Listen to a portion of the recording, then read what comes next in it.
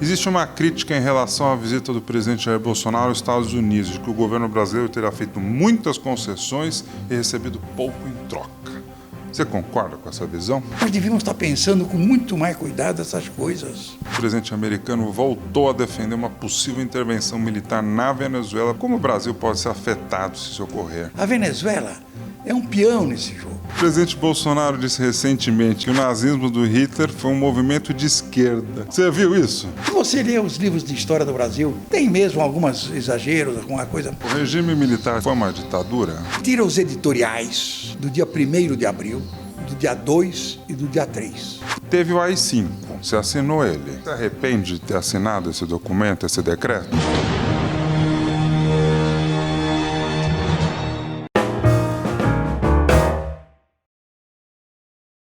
Existe uma crítica em relação à visita do presidente Jair Bolsonaro aos Estados Unidos, de que o governo brasileiro terá feito muitas concessões e recebido pouco em troca. Você concorda com essa visão? Deixa eu lhe dizer. Primeiro, eu acho que o acordo de Alcântara foi um bom acordo. Eu não sei quais são os detalhes, qual é o acesso que nós vamos ter à tecnologia, mas é óbvio que aquilo é um patrimônio que nós temos que aproveitar e vamos saber negociar. E mais, vai ter que ser aprovado no Congresso. De forma que esse julgamento precipitado... De lá eu acho que não precisa. Não? Acho que não. E se precisar, eles aprovam. Porque o importante é compreender isso. De forma que é uma coisa precipitada. Eu acho que sim, o governo foi, digamos, engrupido pelo Trump. O Trump é um jogador. O Trump, na verdade, é um psicopata com método. Então, o que ele fez? Ele inventou a restrição de que nós não poderíamos entrar na OCDE sem sair do TEC, da OMC, sem daquelas pequenas vantagens que nós temos. Ninguém perguntou para o Trump assim, quem inventou isso? Ele ia dizer, fui eu. Quer dizer, eu inventei aquilo para obrigar vocês a se comportar desse jeito. Quer dizer, ou seja, eu acho que a entrada na OCDE tem suas vantagens, é uma coisa interessante, mas tem também desvantagens. Você vai se comprometer a entregar um instrumento muito, para um país emergente, muito complicado, que é você não vai poder ter controle de capital. E é uma ilusão achar que a política monetária brasileira é autônoma. Não, do Brasil não, de qualquer país emergente, depende da política americana. De forma que nós estamos caindo numa história e estamos cedendo o que não sabemos direito, o que estamos cedendo. Então, a mim parece o seguinte, primeiro, foi produto de uma enganação do próprio Trump. E segundo, eu acho que nós temos que pensar cuidadosamente para entregar as vantagens do TEC na OMC, que são vantagens concretas, que nós estamos obtendo a todo tempo, por vantagens abstratas que acontecerão daqui 2 ou 3 anos. E mais, eu acho que nós precisamos pensar claramente, nós somos um país emergente, que não tem a menor importância no mundo. Nós somos 1,8, 2% do comércio mundial, tá certo? Nossa política monetária não é independente, é mentira. Tá certo? Basta os Estados Unidos mexer no jurinho dele lá, que esse negócio todo esculhamba. Então, o que acontece é o seguinte, nós não podemos ficar com essa ideia de que vamos entregar um instrumento, como é o de controle de capitais, que se você não tiver, ele vai ser substituído por quê? Pela elevação da taxa de juros real. Então, é preciso um pouco mais de pensamento, de cuidado. Nós devíamos estar pensando com muito mais cuidado essas coisas. Mas o Paulo Guedes não sabe de tudo isso? Eu acho que ele sabe, mas aqui eu acho que a ideologia funciona. Bom, ninguém é perfeito, nem eu. Você acha que o Trump convidou o Bolsonaro para um jogo de pôquer e ele ganhou todos os... Estavam as cartas marcadas. E tinha um espelho atrás ainda. Essa foi boa. Durante a viagem, ele também retirou a exigência do visto aos cidadãos dos Estados Unidos, Canadá, Japão e Austrália. Qual que é a sua opinião sobre essa medida? Não tem a menor importância. Vai facilitar realmente o turismo. Nós precisamos facilitar o turismo de todas as formas. É um instrumento muito importante para o nível de emprego e com empregos de qualidade um pouco melhor do que a média. De forma que eu acho que isso não é importante. Isso, no fundo, aqui sim é... mas nós não recebemos a reciprocidade. Quer dizer... Ficou um barulho mas eu acho que é até um barulho que você pode entender, tá certo? Porque em condições normais de pressão e temperatura, um país soberano não entrega uma coisa como essa, a não ser recebendo de volta a mesma resposta. Um país pragmático pode fazer isso. Na viagem do Bolsonaro aos Estados Unidos, o presidente americano voltou a defender uma possível intervenção militar na Venezuela para retirar o Maduro do poder. Como o Brasil pode ser afetado se isso ocorrer? Deixa eu dizer, isso na minha opinião, é uma coisa absurda. É uma coisa absurda. Primeiro, é preciso entender que o Trump está levando uma surra de pau do Putin e do Xi. Na verdade, a batalha é lá na Europa. Os Estados Unidos fez uma traição com seus colegas da Europa, abandonou, na verdade, ameaçou céus e terras, e o Trump só está esperando, dizendo o seguinte: se instalar o equipamento aqui, eu instalo os meus.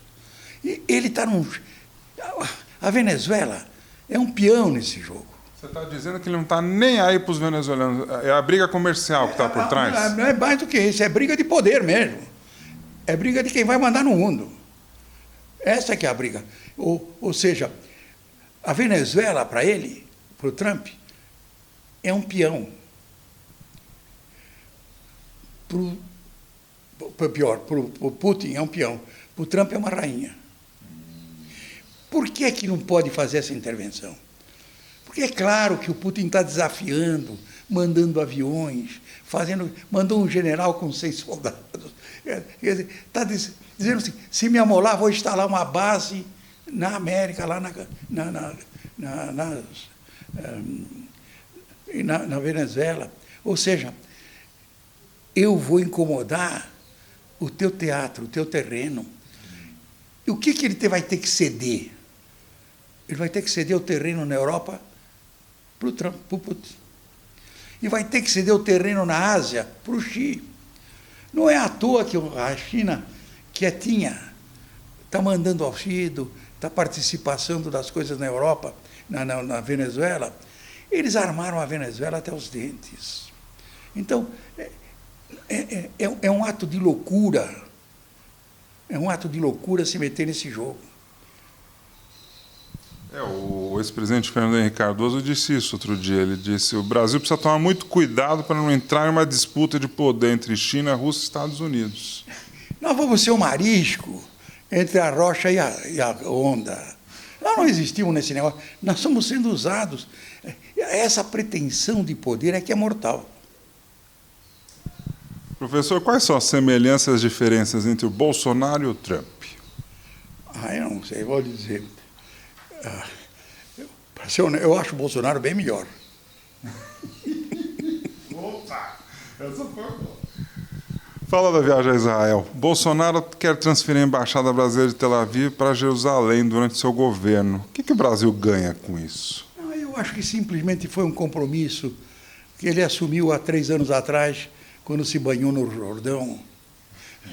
De forma que é uma coisa que, no fundo, não tem nenhum efeito prático para nós e que ocasiona uma amolação enorme para os palestinos, para os muçulmanos.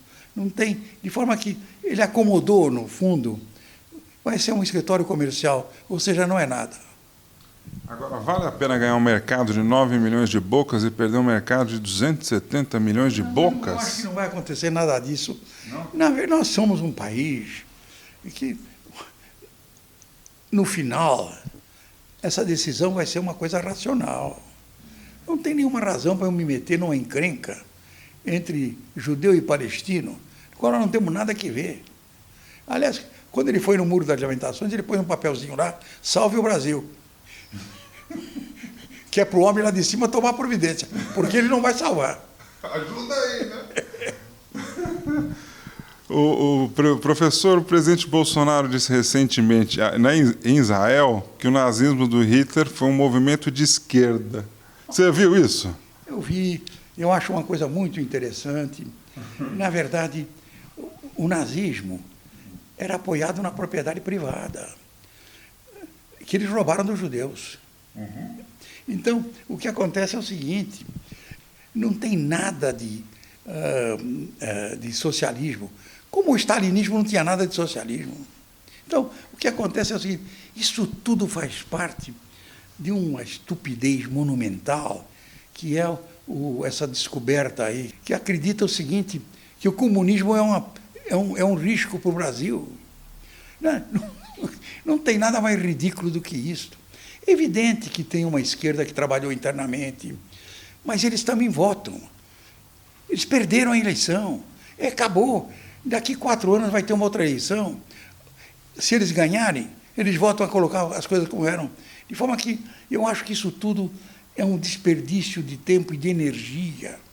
Tá certo? É o tal marxismo cultural. Então, se você ler os livros de história do Brasil, que estão para as crianças, tem mesmo alguns exageros, alguma coisa. Mas ninguém pode controlar a história. É o que eu sempre digo, você não pode negar que houve um golpe. Não tem como negar, porque é uma questão de lógica. O que é o golpe? É quebrar as instituições constitucionais. O golpe não foi em 64. Quando foi? O golpe foi, na verdade, em 62, quando as Forças Armadas obrigaram o Congresso a passar para o parlamentarismo para poder controlar o Jango. E lá foi o golpe. E o que aconteceu depois? Teve o contragolpe do Jango. Apoiado no sistema financeiro, fez um plebiscito e voltou ao presidencialismo. O que mostra que os plebiscitos são sempre maus. O Brexit não é o único, não. Então, o que aconteceu? Isso acabou se concretizando. Aquilo. Então, é ridículo você dizer isso. Professor, o regime militar de 64 e 85 foi uma ditadura ou não? Foi. Claro que foi. O que eu acho, sempre digo, o ato 5, que suspendeu o habeas corpus, não dava licença para você fazer o que fez. Na verdade, quando um cidadão é recolhido pelo Estado, ele tem que ser protegido de todas as pressões. É simplesmente isso. O que aconteceu depois, houve um descontrole, de forma que esse é um outro ponto. Comemorar, tá certo? Relembrar, é tudo inútil. Tudo inútil, isso acabou, não terminou mais. Isso já acabou, morreu. Mas o assunto ressurgiu com tudo. Aí o Bolsonaro... É evidente, porque eu acho que era uma violência. O Bolsonaro levantou, vamos comemorar. Mas é porque você negou que... Aí você nega que houve um golpe. Agora, é preciso compreender assim, hoje você tem internet. Então, eu te desafio o seguinte. Diga. Você hoje, quando chegar lá, antes de pôr isso para o ar, você entra no Correio da Manhã, no Jornal do Brasil, no Globo, no Estadão e na Folha. E tira os editoriais do dia 1º de abril, do dia 2 e do dia 3. E veja se o golpe não teve apoio. Eu desafio você a ler e tirar umas primeiras frases. Basta! Você vai ver. E basta ver as fotografias, o movimento de pessoas na rua, de forma que tem os dois lados mesmo. Agora, o fato de ter dois lados não significa que você tem que negar o que aconteceu. Delfim, teve o AI-5. Você assinou ele. Se as condições fossem as mesmas e o conhecimento naquele instante, eu voltaria a assinar. Já tenho dito isso várias vezes. O AI-5 teria terminado em 69, quando o presidente Costa e Silva disse para mim, o vice-presidente preparou uma reforma da Constituição, eu vou proclamá-la dia 7 de setembro e em 69 vai ter eleição. Depois ele teve um stroke. Ele te enrolou? Não enrolou nada, ele estava certo. A coisa estava preparada mesmo. Com o problema que ele teve, você criou um triunvirato, e aí a coisa começou a enrolar. Então, a história... Você se arrepende de ter assinado esse documento, esse decreto? De jeito nenhum. Com o conhecimento que eu tinha na época, e como as coisas estavam, eu assinaria de novo. Essa ideia é o seguinte, as pessoas são muito interessantes. Quando o futuro virou passado, você fica muito mais inteligente. Antes da gente encerrar, qual que é a sua dica de investimento, hein, professor Delfim? Para quem tem R$1.000. Coloca na caderneta de poupança. E para quem tem 5.000? Também coloca na caderneta de poupança. E para quem tem 10.000? Compra o papel do Tesouro. Já está melhor, já estamos mudando. E para quem tem 50.000? Eu acho que aí pensa em si mesmo. E corre seus riscos. É isso aí. Se quem tem 50.000, se for inteligente hoje, vai comprar papel do Tesouro de 1935, uma coisa como essa. E para quem tem 100.000?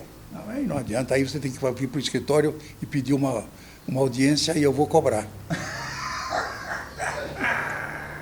Então nem vou perguntar 1 milhão, acima de 1 milhão, mas já sabe a resposta, né? E o que você faz com o seu rico dinheirinho, Delfim? Onde você investe?